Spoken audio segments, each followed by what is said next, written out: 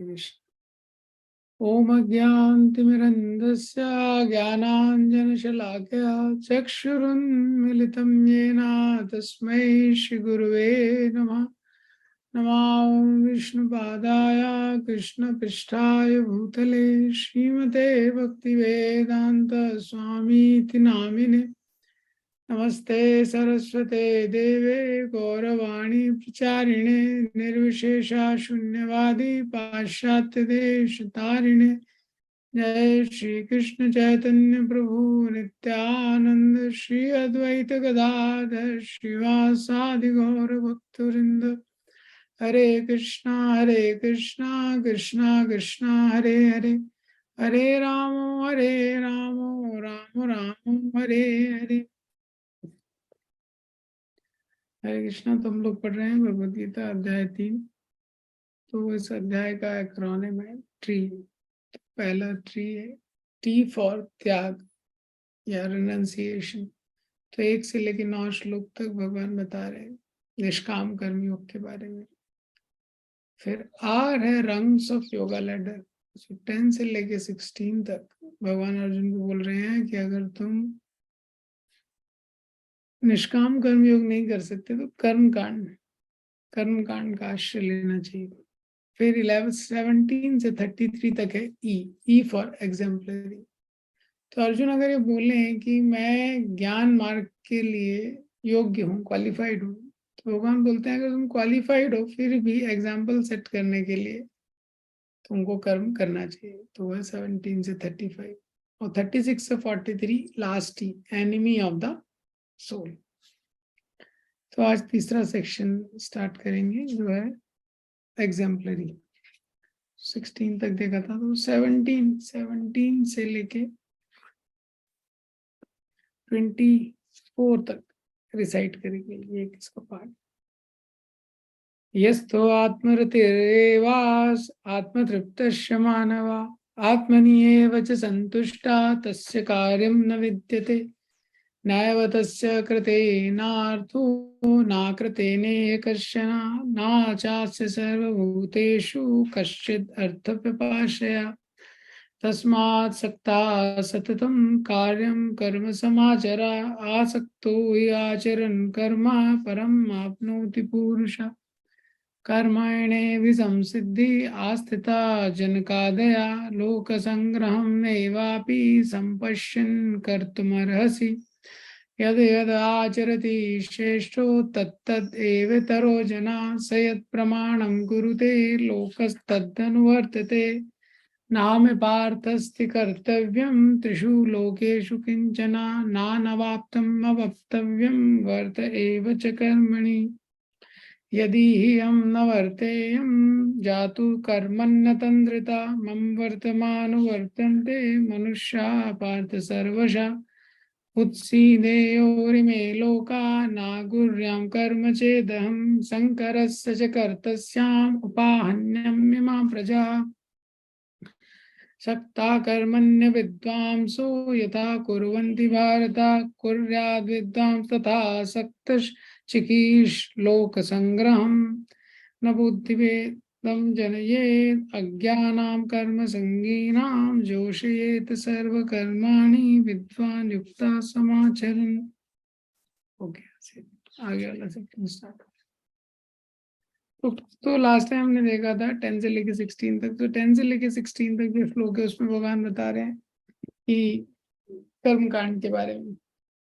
तो 10 श्लोक में भगवान ने बताया कि जैसे ही प्रजा की सृष्टि हुई है, प्रजा की सृष्टि के साथ भगवान ने यज्ञों की सृष्टि कर दी। तो यज्ञ क्या है? जो विष्णु को प्रसन्न करता है वो यज्ञ है। तो देवान भाव्यताने न ते देवा भाव यंतुवा। तो पूरे सिस्टम में, पूरे ब्रह्मांड में भगवान ने कॉस्मिक कॉपरेशन का एक सिद्धांत लगा दिया है कि हम लोग यज्ञ के द्वारा देवताओं को प्रसन्न करेंगे और जो देवता हैं फिर वो धन धान्य और समृद्धि देके हमारी इच्छाओं को पूर्ति करेंगे। ये सिस्टम भगवान ने लगा दिया है।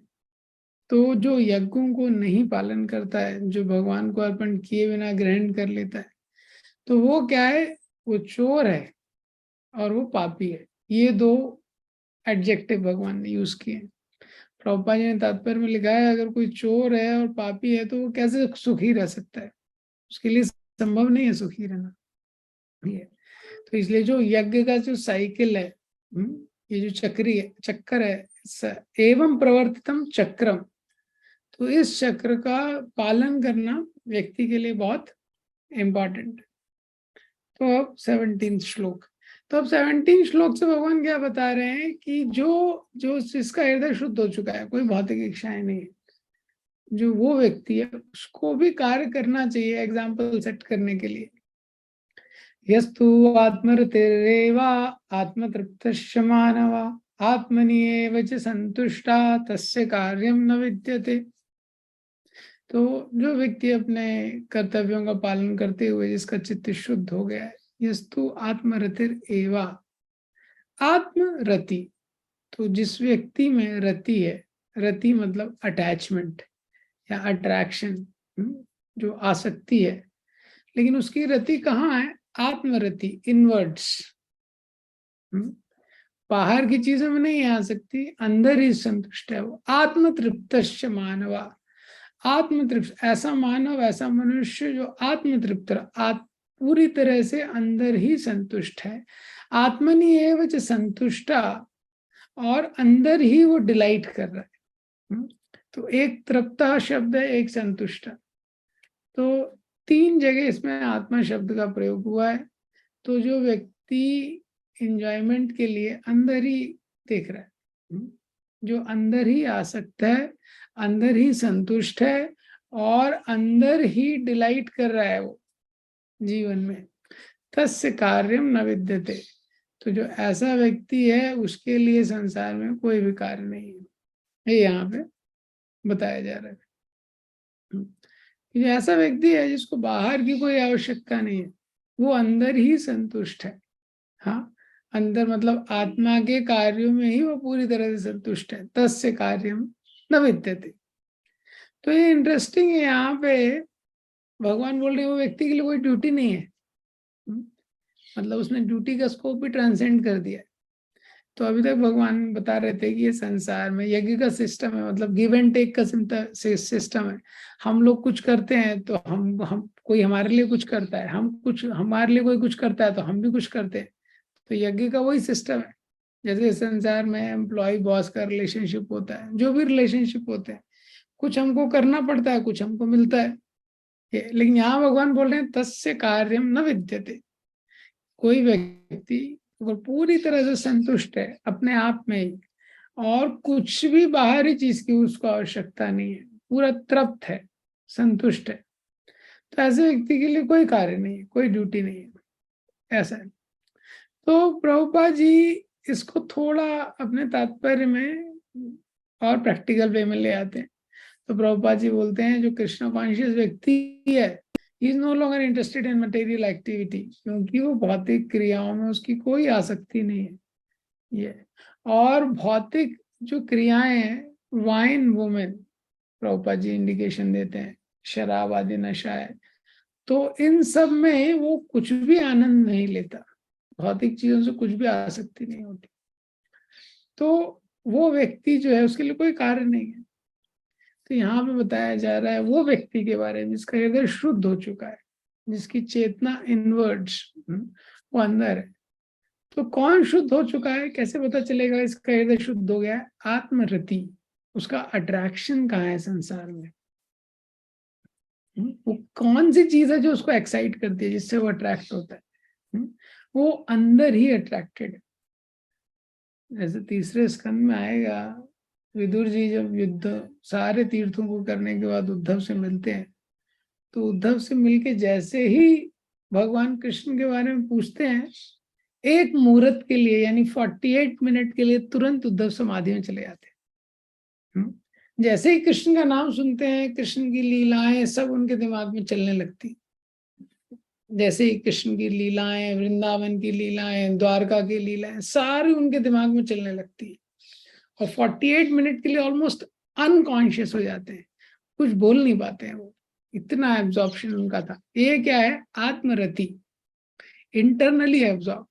जैसे संसार में किसी को बोल दिया अमिताभ बच्चन, तो केवल नाम बोला है, तुरंत लोगों के माइंड में उसकी लीलाएं चलने लगेंगी। तो वो बहुत बड़ा फैन होगा तो अनकॉन्शियस भी हो जाएगा एक मुहूर्त के लिए शायद। ये तो एक्सटर्नल इंटरनल ये पॉइंट है। तो ये जो ज्ञानी है उससे ये अपेक्षा की गई है कि वो उस लेवल पे जब पहुंच जाता है, हाँ, क्योंकि वो अंदर ही इंजॉय कर रहा है, तो उसको लॉस से मतलब नहीं है, गेन से मतलब नहीं है, कोई चीज उसको डिस्टर्ब नहीं करती है, क्योंकि आत्मा के में ही वो आनंद ले रहा है। मतलब या तो प्रभुपाद जी ने उसको लिखा है कृष्णा कॉन्शियस एक्टिविटीज में ही, उसको कोई मटेरियल ऑब्जेक्ट नहीं चाहिए, कोई भौतिक चीज, कोई बाहर की वस्तु नहीं चाहिए। इसी चीज को आगे एक्सप्लेन करते हैं, नैव तस्य कृतेनार्थो ना कृतेने कश्चन ना चा अस्य सर्वभूतेषु कश्चिद अर्थ व्यपाशय। अब कृष्ण यहाँ पे थोड़ा सा ट्विस्ट कर देते हैं, तो भगवान यहाँ बोलते हैं कि पिछले श्लोक में बोला है 17 में कि ऐसा जो व्यक्ति, उसको कोई ड्यूटी नहीं करने की जरूरत है, और यहाँ पे भगवान बोलते हैं कि हाँ उसको कुछ करने की जरूरत नहीं है, but there is no reason for him to not to do duty also. पर कोई कारण नहीं है जिसके कारण वो काम नहीं करेगा। ये उसको कार्य करने की भी आवश्यकता नहीं है, और कोई कारण नहीं है जिसके कारण वो काम नहीं करेगा। मतलब दोनों चीजें। नैव तस्य कृतेनार्थो, कृतेन मीन्स कुछ करना, कुछ अपने कर्तव्य का पालन करना। अर्थ मीन्स पर्पस। कोई भी व्यक्ति काम करता है उसका कुछ उद्देश्य होता है। एक महीने व्यक्ति काम कर रहा है, साल के एंड में उसको सैलरी मिलेगी। हाँ, साल भर स्टूडेंट पढ़ाई कर रहा है, साल के एंड में उसको रिजल्ट मिलेगा, मार्कशीट मिलेगी। ओलंपिक्स में कोई दौड़ रहा है उसको कोई मेडल मिलेगा। लेकिन ये जो व्यक्ति है, नैव तस्य कृतेन अर्थो, कृतेन मतलब करना, कोई भी क्रिया में अर्थ कोई पर्पस ही नहीं है, उसको कोई पर्पस नहीं है प्राप्त करने के लिए, कोई कोई उद्देश्य नहीं है प्राप्त करने के। नैव तस्य कृतेन अर्थो। लेकिन फिर क्या बोल रहे हैं, ना कृतेने है अकर्षण, ना कृतेने है, अकृतेने है मीन्स कोई रीजन नहीं है उसके लिए काम ना करने का भी, या कर्तव्य का पालन ना करने का भी। तो हालांकि जो ऐसा व्यक्ति है वो कर्तव्य के ऊपर है, तो ड्यूटी करेगा, कर्तव्य करेगा, नहीं करेगा, सब बराबर है ये। लेकिन वो कर्तव्य ना करने का भी कोई रीजन नहीं है। ऐसा क्यों है? तो तीसरा लाइन बता रहा है, नाचा अस्य सर्वभूतेषु। क्योंकि वो जो व्यक्ति है, कश्चित अर्थ विपाशया नाचा अस्य सर्वभूतेषु, तो ऐसा जो व्यक्ति है सारे जीवात्माओं के लिए, सर्वभूतेषु जितने जीवात्मा है संसार में, कश्चित अर्थ व्यपाशया, अर्थ व्यपाशया आश्रय, मतलब किसी भी व्यक्ति पे ये संसार के वो डिपेंडेंट नहीं है, उसका वो आश्रय नहीं लेता है। तो यहाँ पे भगवान को इंक्लूड नहीं किया गया है। तो जब सर्वभूतेषु है, इसमें भगवान इंक्लूड नहीं है, क्योंकि भक्ति का कॉन्सेप्ट अभी तक भगवान ने पूरी तरह से ओपनली बताया नहीं है। तो इस अध्याय में यज्ञ का कॉन्सेप्ट बताया है ये। तो सर्वभूतेषु मतलब सारी जीवात्माओं में जो ऐसा व्यक्ति है, वो कोई कर्तव्य करता है, कोई कर्तव्य नहीं करता है, करने में उसके कोई फल की प्राप्ति की इच्छा नहीं है, कोई कोई उद्देश्य नहीं है, पर्पस नहीं है करने का, ना करने का भी कोई कारण नहीं है, और संसार के सारे जीवात्माओं में किसी पे भी वो डिपेंडेंट नहीं है, ऐसे व्यक्ति की बात हो रही है। तो ये जो व्यक्ति कौन है? तो यहाँ पे बेसिकली भगवान एक रिनंसिएट, सन्यासी की मेनली बात कर रहे हैं। तो सन्यासी ऑलमोस्ट वर्णाश्रम के बाहर है, तो वर्णाश्रम के टॉप लेडर पे जो है वो सन्यासी रहते हैं। तो कोई ज्ञान ये की साधना कर रहा है तो उससे ये एक्सपेक्टेड है। तो पहले तो लोग ज्ञान लोग की साधना करते थे, वो जंगल ही चले जाते थे, किसी से कुछ ले नहीं रहे हैं, किसी से कुछ प्राप्त करने की आवश्यकता नहीं है, इस प्रकार से। लेकिन प्रभुपाद जी ने इस तात्पर्य में भी क्लियर बताया है, डिवोशनल परपोर्ट दिया है कि Krishna conscious person does not take shelter of anyone, man और डेमीगॉड। प्रभुपाद जी ने बोला है कृष्ण भावनामृत में जो व्यक्ति होता है किसी का आश्रय नहीं लेता, किसी संसार के व्यक्ति का या देवताओं का। वो जो भी करता है वो कृष्ण भावनामृत में करता है, या केवल कृष्ण का आश्रय लेता है। तो ये पहले भी प्रभुपाद जी ने भी एक्सप्लेन किया है कि क्यों यह व्यक्ति जो है इसको कुछ भी करने की आवश्यकता नहीं है, जिसका हृदय पूरी तरह शुद्ध हो गया है। तो या तो ज्ञानी को लेंगे तो क्या है, उसकी कोई इच्छा नहीं, भौतिक इच्छा नहीं है। तो इच्छा है या आवश्यकता है, तो व्यक्ति को कुछ कार्य करने की आवश्यकता है, लेकिन उसकी इच्छा नहीं है, उसकी इच्छाएं शुद्ध हो चुकी, तो कोई भौतिक इच्छा नहीं है। और या तो कृष्ण कॉन्शियस डिवोटी को लेंगे जो भगवान को पूरी तरह शरणागत हो चुका है। इस संसार में बहुत सारे ऋण हैं, देव ऋषि ऋणाम पितृणाम भूताप्त। तो वो जो श्लोक है, देव ऋषि भूताप्त पितृणाम नृणाम, देवों के प्रति, ऋषियों के प्रति, जीवात्माओं के प्रति, रिश्तेदारों के प्रति और समाज के प्रति बहुत सारे ऋण हैं। सर्वात्मनाया शरणम शरण्यम गतो मुकुंदम परिहर्त्य करते। लेकिन जब भगवान का पूरी तरह से आश्रय लेता है तो उन अर्थ से मुक्त हो जाता है। तो ये श्लोक में बताया है कि जो ऐसा व्यक्ति जिसका हृदय शुद्ध हो गया है, नैव तस्य कृते न अर्थो, ना अर्थ, कोई उद्देश्य नहीं है उसका काम करने के लिए। तो भौतिक क्रिया करने के लिए कोई चीज उसको बाध्य नहीं कर सकती है। नैव तस्य अकृतेन, ना कृतेन है कश्चन, लेकिन फिर भी वो कार्य को अवॉइड नहीं करता है।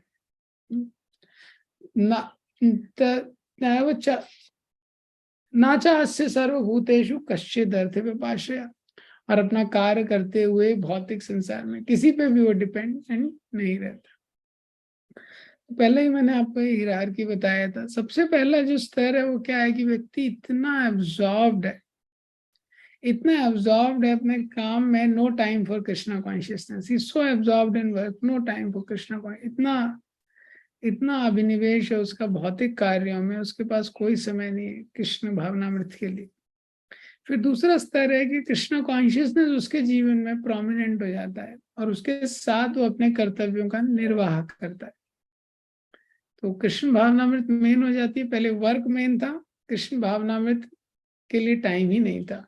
फिर कृष्ण भावनामृत मेन हो जाती है और साथ साथ में अपने कर्तव्य का भी पालन करता है। इसको बोलते हैं ड्यूटीफुल डिवोटी। हाँ, तो वो अपना कर्तव्य कर रहा है, लेकिन वो कर्तव्य उसकी कृष्ण कॉन्शियसनेस को अफेक्ट नहीं कर पाता है, ओवर पावर नहीं कर पाता है कृष्ण कॉन्शियसनेस को। इस तरीके से फिर वो और जैसे प्रगति करता है तो उसके जीवन के बाकी अंगों में भी, उसके जीवन के बाकी अंगों में भी कृष्णा कॉन्शियसनेस परकोलेट करने लगती है। वो कुकिंग कर रहा है, क्लीनिंग कर रहा है, कुछ भी कर रहा है, माम अनुस्मरा युद्धचा, वो भगवान का स्मरण करता है। तो दूसरे स्तर पे क्या है, ड्यूटी के समय ड्यूटी कर रहा है, कृष्णा कॉन्शियसनेस के समय कृष्णा कॉन्शियसनेस कर रहा है। लेकिन तीसरे स्तर में ड्यूटी करते हुए भी कृष्ण का स्मरण आ रहा है। तो जब हम जप करने बैठते हैं, मन में कितने विचार आते हैं, उससे हम समझ सकते हैं कि हम आध्यात्मिक क्रिया कर रहे हैं, तभी भी बाहर का संसार हमारे अंदर आ रहा है। ये तो उससे हमको अपना स्तर समझ सकते हैं। उसके बाद नेक्स्ट लेवल है कि कृष्णा कॉन्शियसनेस उसके जीवन में बहुत प्रीडोमिनेंट हो जाती है।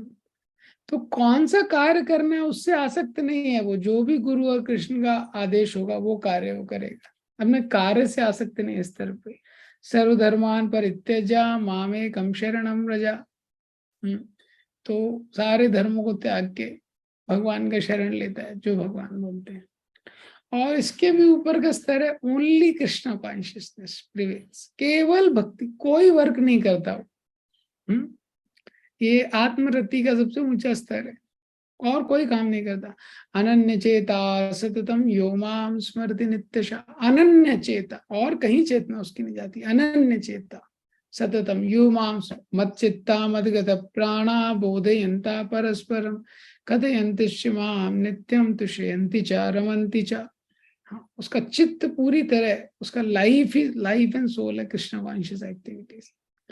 माधवेंद्रपुरी का उदाहरण, वो खाने के लिए भी किसी से भिक्षा नहीं मांगते थे, अजगर वृत्ति, इतने संतुष्ट थे अपने आप में।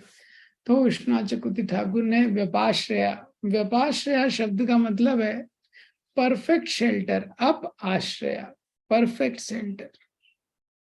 तो जो ऐसा व्यक्ति है क्योंकि भगवान के परफेक्ट शेल्टर को प्राप्त कर चुका है, तो इसीलिए और किसी का आश्रय उसको लगता नहीं है, उष्णाचल ठाकुर लिखते हैं। तो अगर किसी को भगवान या भगवान के शुद्ध भक्त का परफेक्ट आश्रय मिल जाता है तो उसको संसार के किसी भी आश्रय की आवश्यकता नहीं पड़ती है। वासुदेवे भगवती भक्तिम उद्वहतम नृणाम ज्ञान वैराग्य वीर्यानाम नेह कश्चित व्यपाश्रया 6731। तो इसमें प्रभुपाद जी बताते हैं कि सुखदेव गोस्वामी लिखते हैं कि जो व्यक्ति भगवान की भक्ति में लगा है, उद्वहतम भक्तिम उद्वहताम नृणाम, तो क्या है, ज्ञान वैराग्य वीर्यानाम, तो सहज रूप से उसको ज्ञान वैराग्य अपने आप मिल जाता है। नेह कश्चित व्यपाश्रय, और ऐसे भगवान के भक्त संसार के किसी भी चीज का आश्रय नहीं लेते। किराटुणांध्र पुलिंद पुलकशा अवीर संबा यवनाक साधया ये ने च पापा यद्यपाश्रया श्रया शुद्ध्यंति तस्मै प्रभु विष्णवे नमः। तो ये श्लोक में भी आप देखेंगे बताते हैं कि भगवान के शुद्ध भक्त का आश्रय किराट हुणांध्र, कैसे कैसे लोग, कौन कौन सी जाति के लोग ने प्रभुपाद जी का आश्रय लिया, लेकिन भगवान के शुद्ध भक्त का कोई आश्रय लेता है, शुद्ध्यंति तस्मै, वो शुद्ध हो जाता है पूरी तरह से।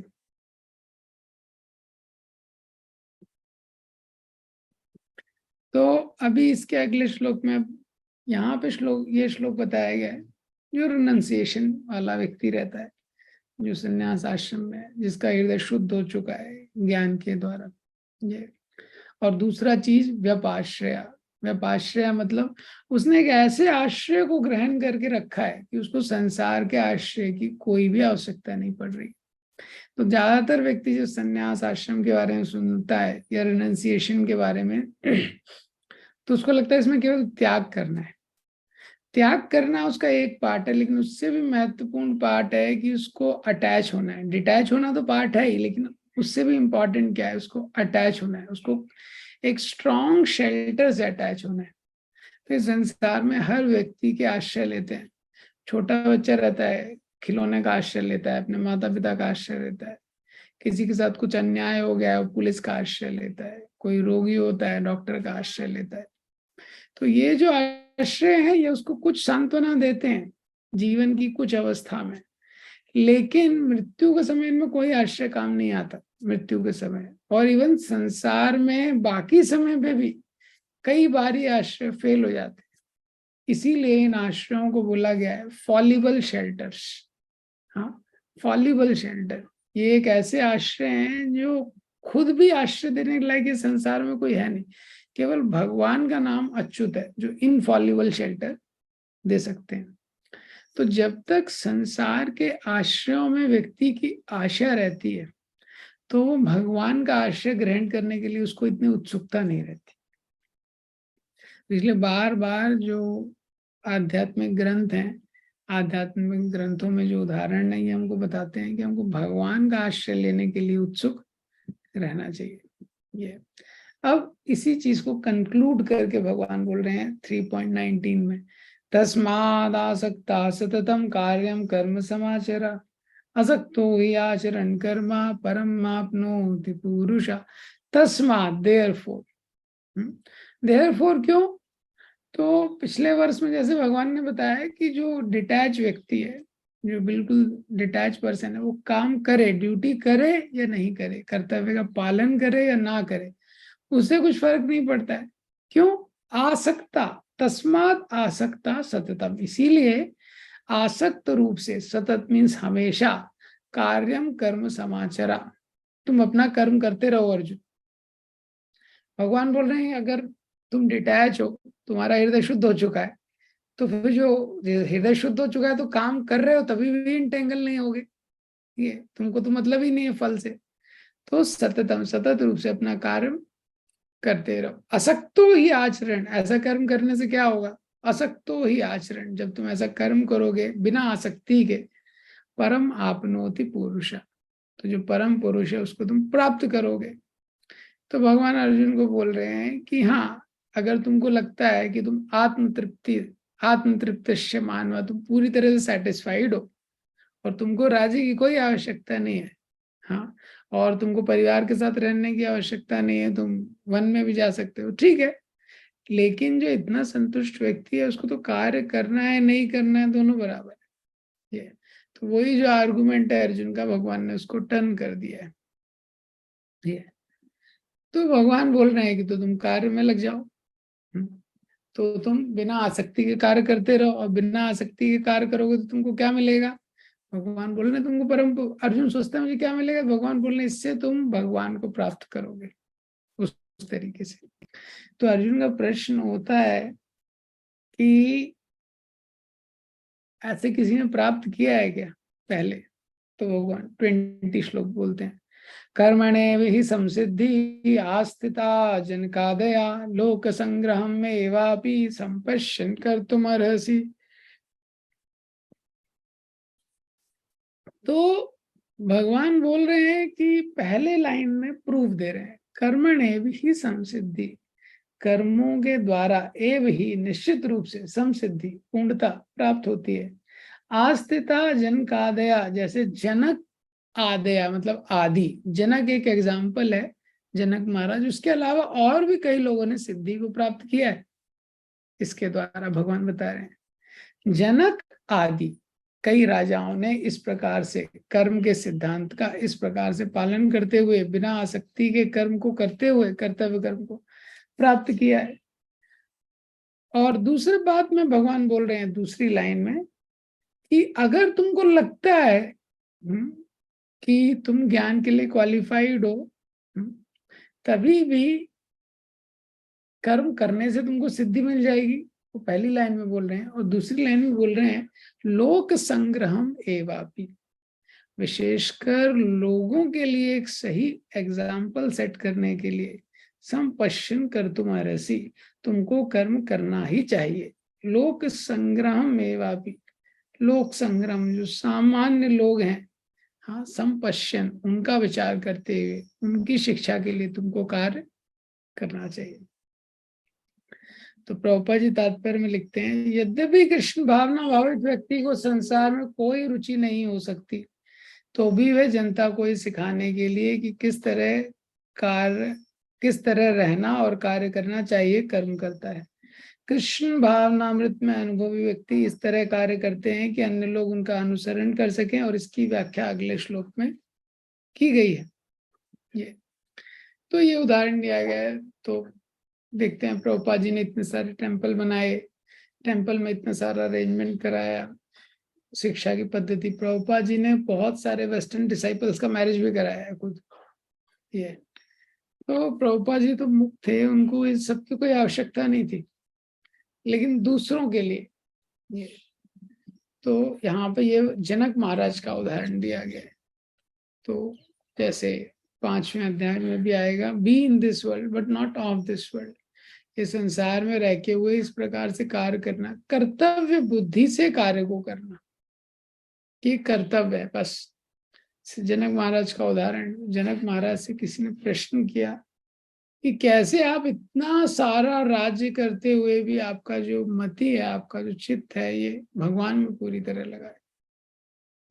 तो दशरथ महाराज, तो जनक महाराज है, वो बोलते हैं ब्राह्मणों को कि कल आप लोगों के लिए मैंने फीस्ट रखा है, भोज रखा है, प्रीति भोज, तो आप लोग आइए उसमें कल, तो उसमें आपको इसका उत्तर मिलेगा। तो वो लोग अगले दिन आते हैं, तो बहुत सारे आइटम बने होते हैं प्रीति भोज में, भोजन में बहुत सारे आइटम होते हैं, लेकिन सबके ऊपर जहाँ वो बैठे होते हैं, जो बैठने का आसन होता है, नीचे प्लेट रखी होती है प्रसादम की, उसमें बहुत सारे आइटम है, ऊपर एक तलवार लटक रहा है, एकदम तेज धार वाला तलवार, एकदम भारी, हाँ, और उसको केवल एक पतला सा धागा है उससे बांधा हुआ है ऊपर। तो जनक महाराज बोलते हैं, प्रसादम लेते हैं, सब ब्राह्मण प्रसाद लेने आते हैं, राजा ने बोला है प्रसाद तो लेना ही पड़ेगा, उठ नहीं सकते, बीच में इतने आइटम भी बना दिए। प्रसादम के बाद जनक महाराज पूछते हैं कैसा था भोजन, कैसा था, क्या आइटम आपको अच्छा लगा? तो बोले यार इसमें तो माइंड ही नहीं गया, वो इतना मोटा तलवार ऊपर लटका के रखा था और इतना पतला धागा, वो लग रहा था अब गिरने वाला है, अब गिरने वाला है।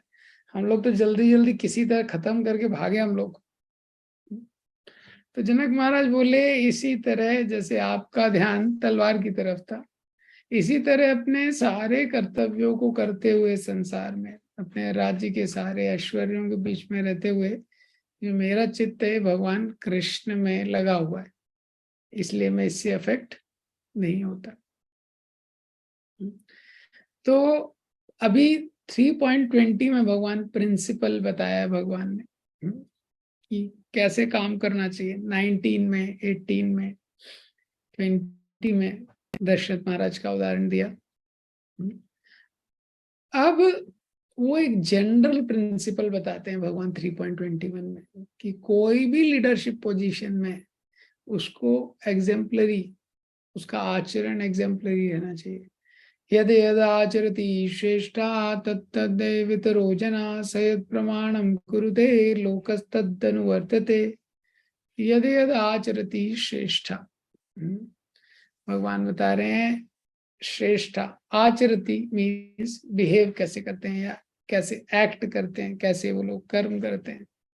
श्रेष्ठा, श्रेष्ठा मतलब जो लीडर रहते हैं, जो इन्फ्लुएंशियल हैं, किसी को प्रभावित कर रहे हैं। तत्तदेव इतरो जना, इतरो जना जो बाकी लोग हैं, जो सामान्य जन है, तत्त एव वो वैसे ही कार्य करते हैं। जैसे नेता कार्य करता है वैसे ही बाकी लोग कार्य करते हैं, उसको फॉलो करते हैं।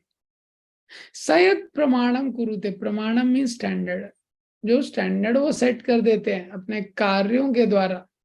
लोकस तद अनुवर्तते, बाकी जनताएं सिंपली फॉलो करती है। तो इसमें ये सिद्धांत बताया जा रहा है कि जो भी नेता करता है, प्रभुपाद जी एंड में अपने तात्पर्य में बताते हैं कि कोई पिता है, ऐसा नहीं है कि जो पॉलिटिकल पार्टी का नेता है वही नेता है। कोई पिता है, कोई टीचर है, कोई एडमिनिस्ट्रेशन में, ये सब नेता है। वास्तव में हर व्यक्ति किसी न किसी को तो प्रभावित कर ही रहा है। तो यदि यद आचरति श्रेष्ठा, इस श्लोक में पावर ऑफ एग्जाम्पल बताया जा रहा है, उदाहरण की शक्ति।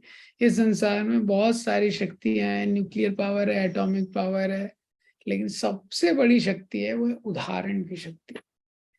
व्यक्ति क्या एग्जाम्पल सेट कर रहा है, उदाहरण की शक्ति सबसे बड़ी शक्ति है जो लोगों को प्रभावित करती है इस संसार में। पावर ऑफ एग्जाम्पल, जैसे 9 लाख साल से ज्यादा वर्ष हो गए, लेकिन राम भगवान ने उदाहरण के द्वारा जो लोगों को उपदेश दिया, इसलिए शास्त्रों में ऐसे उदाहरण दिए गए, एग्जाम्पल। क्योंकि अगर केवल शिक्षा है लेकिन शिक्षा को पालन करने वाला कोई व्यक्ति हुआ ही नहीं है, तो सब लोग सोचेंगे तो व्यवहारिक नहीं है। इसलिए भगवत गीता भागवतम दोनों है, इसलिए रामायण है। तो भगवत गीता में सिद्धांत है, लेकिन भागवतम में भगवान ने लीला करके दिखाया है वो कैसे कंपैशनेट है, कैसे वो इतने दयालु हैं। और इसी तरह राम जी ने अपनी लीलाओं के द्वारा दिखाया है, सयद प्रमाणम करते। तो यहाँ पे इस श्लोक में बताया गया है कि जो भी हम आचरण करते हैं वो लोगों को अफेक्ट करता है। ये जो भी हम आचरण करते हैं वो लोगों को अफेक्ट करता है, स्पेशली जो लीडर है। जो भी लीडर है, कोई पिता है, कोई शिक्षक है, कोई एडमिनिस्ट्रेशन में है, या किसी भी ऐसी पोजीशन में है, सन्यासी है, तो वो लोगों को अफेक्ट करता है अपने आचरण के द्वारा। More things are caught than taught, our actions are more louder than our words. ज्यादातर चीजें व्यक्ति आचरण के द्वारा ग्रहण कर लेता है।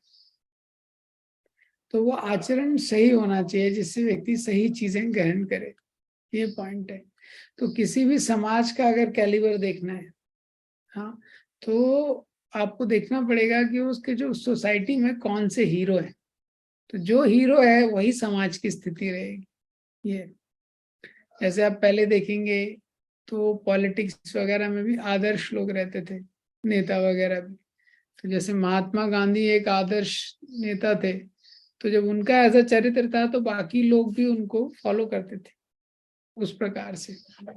लेकिन आज की डेट में देखेंगे कि जो नेता वगैरह हैं, तो जो लीडर्स हैं, जो रोल मॉडल्स कहना चाहिए, या तो रोल मॉडल्स, तो पहले महात्मा गांधी, सुभाष चंद्र बोस, ये लोग रोल मॉडल हुआ करते थे।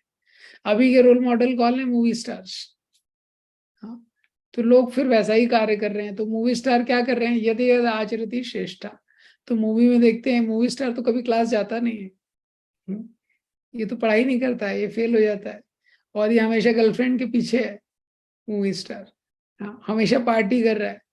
यदि यद आचरति श्रेष्ठा तत्तदे वितरो जना। तो बाकी लोग फॉलो करते हैं, ब्लाइंडली फॉलो करते हैं। यही सिद्धांत है मॉडलिंग का, यही कॉन्सेप्ट है। तो जितनी एड्स हैं, एड इंडस्ट्री में यही मॉडलिंग का कॉन्सेप्ट है। वो लोग एक श्रेष्ठा को पकड़ लेते हैं, यदि यद आचरति श्रेष्ठा। किसी एक मूवी एक्टर को पकड़ लेंगे, वो जो टूथपेस्ट लगा रहा है उसकी सेल बढ़ जाएगी, ये उसने जो हेयर ऑयल लगा लिया तो उसकी सेल बढ़ जाएगी, ये। तो ये सिद्धांत रहता है। तो पहले हमेशा समाज में एटलीस्ट नैतिक बेस्ट है, आध्यात्मिक रोल मॉडल होना चाहिए। सेकंड बेस्ट है नैतिक होना चाहिए, और थर्ड जो है वो चल रहा है ऑलरेडी सोसाइटी में, ये। तो वो बेस्ट की कैटेगरी में आ ही नहीं सकता है। तो इसीलिए ये एक इंडिकेशन है कि कैसे लोगों का कॉन्शियसनेस डाउन हो गया है, ये उस तरीके से। तो प्रभुपाद जी बताते हैं तात्पर्य में, पेरेंट, टीचर और राजा ये नेचुरल लीडर है। पेरेंट है, कोई टीचर है, या राजा है, या कोई एडमिनिस्ट्रेशन पोस्ट पे, नेचुरल लीडर है सोसाइटी के। तो अगर ये सही एग्जाम्पल सेट करेंगे, यदि यदि आचरति श्रेष्ठा, तो लोगों को एक सही एग्जाम्पल को फॉलो करने का मतलब उनको सही एग्जाम्पल एक मिलेगा तो वो भी वैसा ही फॉलो करेंगे। तो प्रभुपाद जी जब पाश्चात्य देशों में गए, प्रभुपाद जी ने ऐसा उदाहरण सेट किया जिसके कारण हम लोग उसको पालन कर पा रहे हैं। प्रभुपाद जी से पहले बहुत सारे लोग गए, तो उन्होंने पहले अपना ड्रेस चेंज कर लिया, धोती कुर्ता की जगह पैंट शर्ट या टाई सूट सूट पैंट वगैरह पहन के गए वो।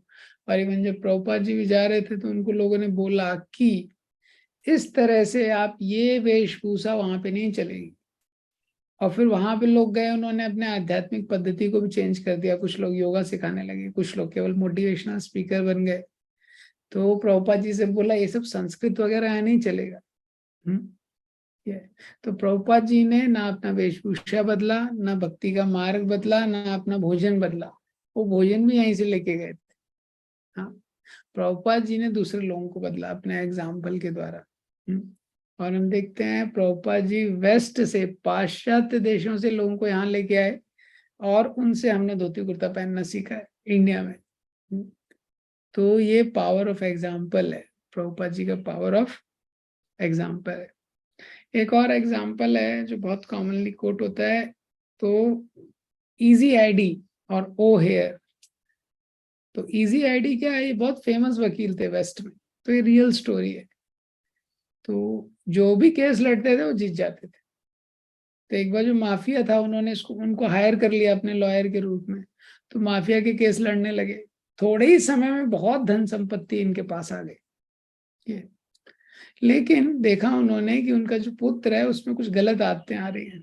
तो उन्होंने सोचा, एक दिन वो सोचने लगे कि मैं धन संपत्ति से बहुत कुछ अपने पुत्र को मैंने दिया, इतनी सारे ऐश्वर्य दिए, इतनी सारी सुविधाएं दी, बहुत कुछ मैंने दिया, लेकिन शायद कुछ मैं नहीं दे पाया, कुछ चीज मिसिंग है इसमें, कुछ तो रिक्त स्थान है, फिल इन द ब्लैंक्स है। फिर उन्होंने सोचा, हाँ मैं इसको कैरेक्टर नहीं दे पाया, क्योंकि मैं खुद माफिया का ही केस लड़ रहा हूँ, सारे गलत केस उसको जिता रहा हूँ। तो फिर उन्होंने उसका केस लड़ना बंद कर दिया। तो जब केस लड़ना उसका बंद कर दिया, उसके अगेंस्ट लड़ने लगे, तो माफिया नाराज हो गया, इनकी हत्या कर दी उसने, ये जब वो ईमानदारी से लड़ने लगे। ये तो ओ हेयर करके क्या है, बुचर ओ हेयर ऐसे करके एक ये कमांडर थे, ये नेवी में थे, ब्रिटिश नेवी में।